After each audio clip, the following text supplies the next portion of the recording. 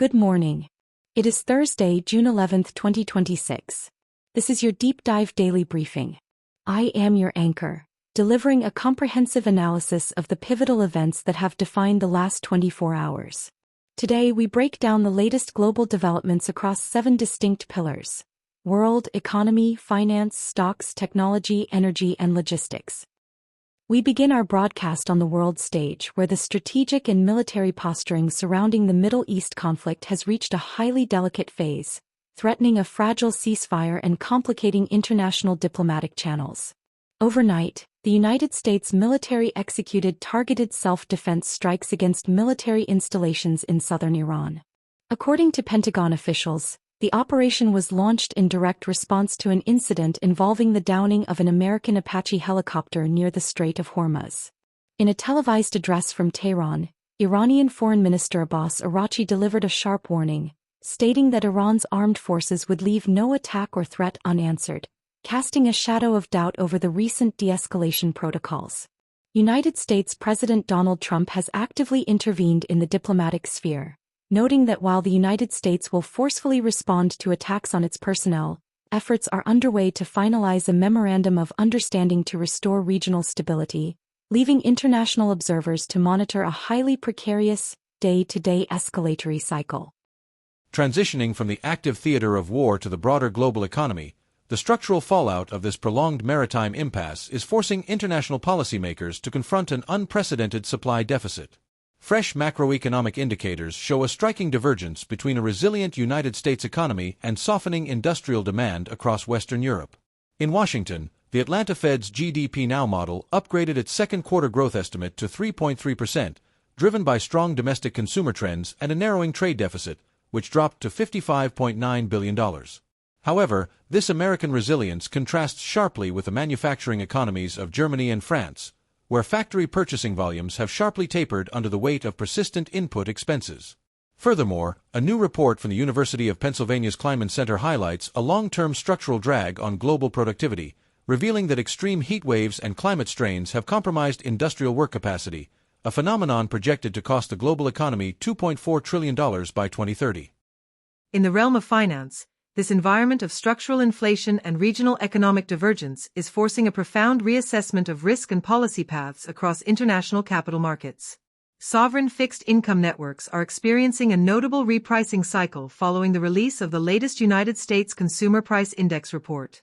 The data showed that annual headline inflation quickened to 4.2% in May, driven by an accelerating energy shock, though monthly core inflation offered modest relief by rising just 0.2%. Slightly undershooting consensus forecasts. This mixed inflationary print prompted bond managers to modestly pare back short-term expectations for aggressive central bank interest rate hikes, causing the benchmark 10-year United States Treasury yield to ease from its intraday high of 4.55% to settle near 4.52%. Despite this momentary stabilization, international debt markets continue to price in prolonged borrowing costs, with a 25 basis point Federal Reserve interest rate increase in December remaining fully priced in by institutional investors.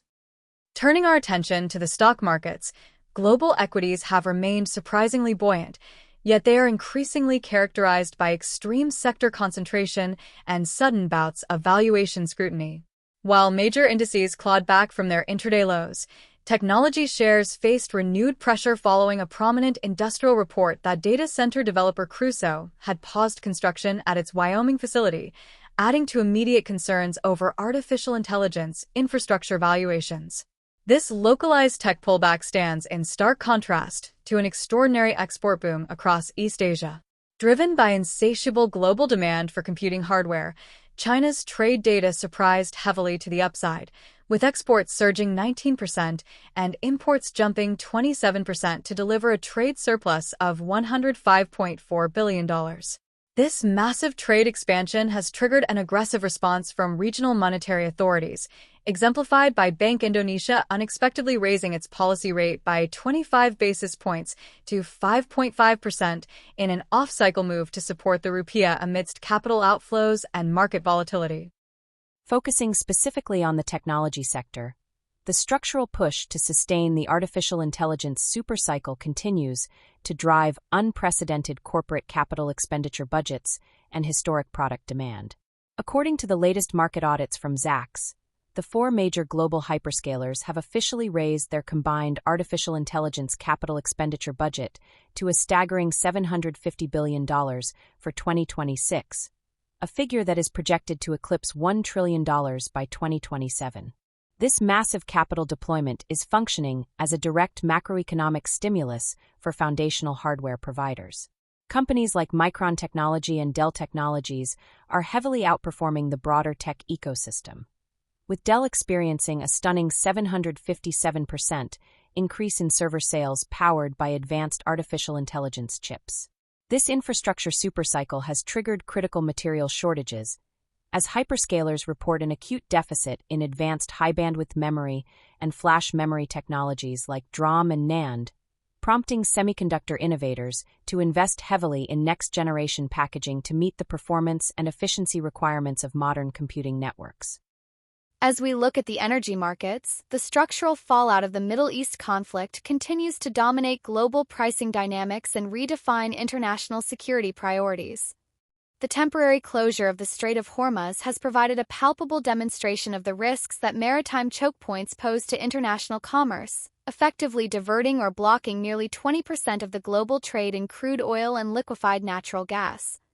This maritime gridlock has broadened into a multi-layered commodity shock, halting the export of critical petrochemicals, sulfur, and helium essential for industrial manufacturing.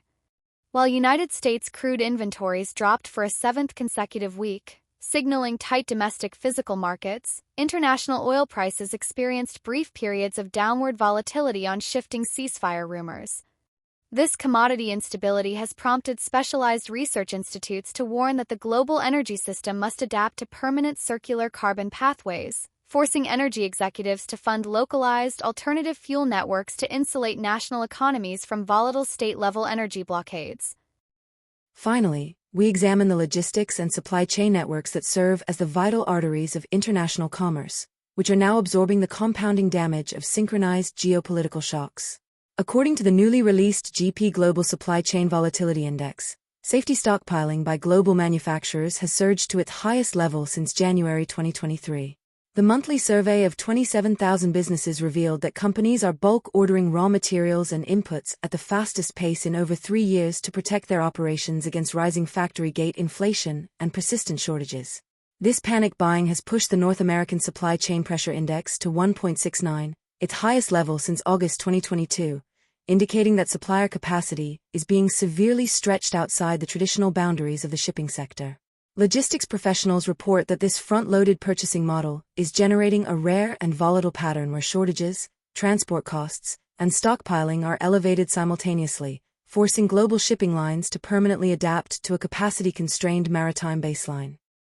In summary, the global landscape is defined by direct United States military strikes in Iran following the downing of an Apache helicopter, occurring as the U.S. GDP now model upgrades second quarter growth to 3.3% despite a hot 4.2% headline inflation print.